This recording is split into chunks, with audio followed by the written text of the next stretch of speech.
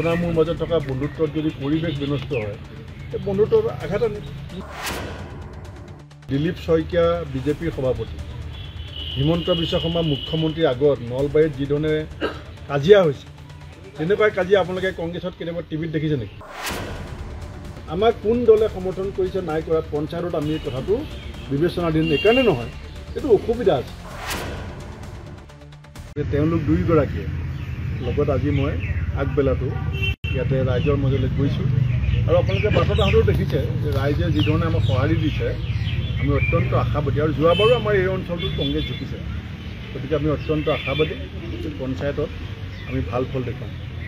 নিশ্চিতভাৱে মই মোৰ যিখিনি প্ৰতিক্ৰিয়া কালি ৰাতি মই ফেচবুক লাইভৰ জৰিয়তে অসমৰ ৰাইজক জনাইছোঁ আৰু আমি কংগ্ৰেছ দল অত্যন্ত ইচ্ছুক বিজেপিৰ বিৰোধী সকলো ৰাজনৈতিক দল, সংগঠন আৰু ব্যক্তিক একত্ৰিত কৰিবৰ কাৰণে।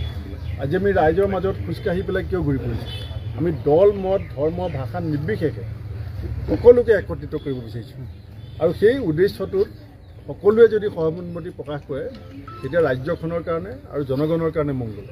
আৰু সেইটোত যদি কোনোবাই বিধি পথালি দিয়ে সেই কথাখিনি ৰাইজে চাবৰ বিচাৰ কৰিব। কি বুলি ভাবে যে অখিল গগৈয়ে প্ৰকৃততে মিত্ৰতা বিচৰাত নাই নেকি? মইতো কৈছোঁৱেই যে পৰিৱেশ বিনষ্ট হৈছে আৰু পৰিৱেশ যদি বিনষ্ট হয়, আপোনাৰ মোৰ মাজত থকা বন্ধুত্বত যদি পৰিৱেশ বিনষ্ট হয় এই বন্ধুত্বৰ আঘাত আনে। ইউনিটিটো মোৰ দলৰ ভিতৰত কেনেকৈ থাকিব লাগে সেইটো মোৰ দলেহে সিদ্ধান্ত ল'ব। আমাৰ যিকেইজন আমাৰ দলৰ মূল নেতা, আমাৰ এনেকুৱা ক'ৰবাত দেখিছে নেকি যে দিলীপ শইকীয়া বিজেপিৰ সভাপতি, হিমন্ত বিশ্ব শৰ্মা মুখ্যমন্ত্ৰীৰ আগত নলবাৰীত যি ধৰণে কাজিয়া হৈছে, তেনেকুৱা কাজিয়া আপোনালোকে কংগ্ৰেছত কেতিয়াবা টিভিত দেখিছে নেকি? মনে সজা কাল্পনিক কিছুমান কথাহে কৈ আছে। বিজেপিৰ যিটো অৱস্থা হৈ আছে সেই অৱস্থাটো কংগ্ৰেছ দলৰ কেতিয়াও হোৱা নাই আৰু কেতিয়াও নহয়।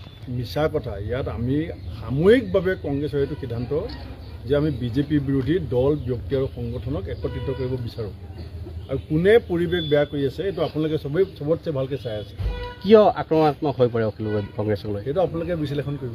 মানে অখিল গগৈয়ে কিছুমান বস্তু বিতৰ্কত থাকিবৰ কাৰণে বা তেনেকুৱা কিছুমান আপোনালোক হৈছে আমাৰ সমাজৰ টৰ্চ লাইটৰ নিচিনা। আমিও যদি কিছুমান বস্তু চকুত নপৰে, সংবাদ মাধ্যমৰ দায়িত্ব যে আচলতে প্ৰকৃত যিটো বিশ্লেষণ সেইটো আপোনালোকে কৰিব। মই চব কথা কৈ দিয়াটো ঠিক নহ'ব। এতিয়া শেষত শিৱসাগৰক লৈ পেলাই অখিল গগৈৰ খং উঠিছে যে তাত আপোনালোকক চিঠি লিখিলে আপোনালোকে মানি নল'লে বা কংগ্ৰেছৰ ফালৰ পৰা আমি পঞ্চায়তত এলায়েন্সৰ ক্ষেত্ৰত কোনো আনুষ্ঠানিক আলোচনা কোনো দলৰ সৈতে কৰা নাই। আমি জিলা ব্লকক কৈছিলোঁ, ক'ৰবাত অলপ বুজাবুজি হৈছে। এতিয়া এইটো ৰঙানদী সমষ্টি, ইয়াততো মই আজি কিমান দিনৰ পৰা কাম কৰি আছোঁ, ইয়াততো এলায়েন্স হোৱা নাই। ইয়াত কেইবাটাও দলে প্ৰাৰ্থী দিছে, আমিতো বেয়া পোৱা নাই। আমি চাব বিচাৰিছোঁ ৰাইজে আমাক কিমান আস্থাত লৈছে, আমাৰ সাংগঠনিক শক্তি কিমান আছে, আমাৰ প্ৰাৰ্থীসকলৰ জনপ্ৰিয়তা কিমান, প্ৰাৰ্থীসকলে কিমান ৰাজ্যলৈ যাব পাৰে, আমি সেইটোত জোৰ দি আছোঁ। আমাক কোন দলে সমৰ্থন কৰিছে নাই কৰা পঞ্চায়তত আমি কথাটো বিবেচনাধীন এইকাৰণে নহয়, এইটো অসুবিধা আছে। এতিয়া ইয়াত 150টা ৱাৰ্ড, 150জন ইচ্ছুক প্ৰাৰ্থী আছে ইলেকশ্যন খেলিবৰ কাৰণে। প্ৰত্যেক দলৰ প্ৰাৰ্থী আছে। ইমানখিনি মানুহক একেলগে 126টা সমষ্টিত যেতিয়া ইলেকশ্যন হ'ব তেতিয়া কেইটামান চিটত এলায়েন্স কৰিবৰ কাৰণে সহজ হয়। এতিয়া 2100-2200 পঞ্চায়ত, য'ত নেকি হাজাৰ প্ৰায় 3000 ৱাৰ্ড, এইটো সম্ভৱ নহয় কেতিয়াও।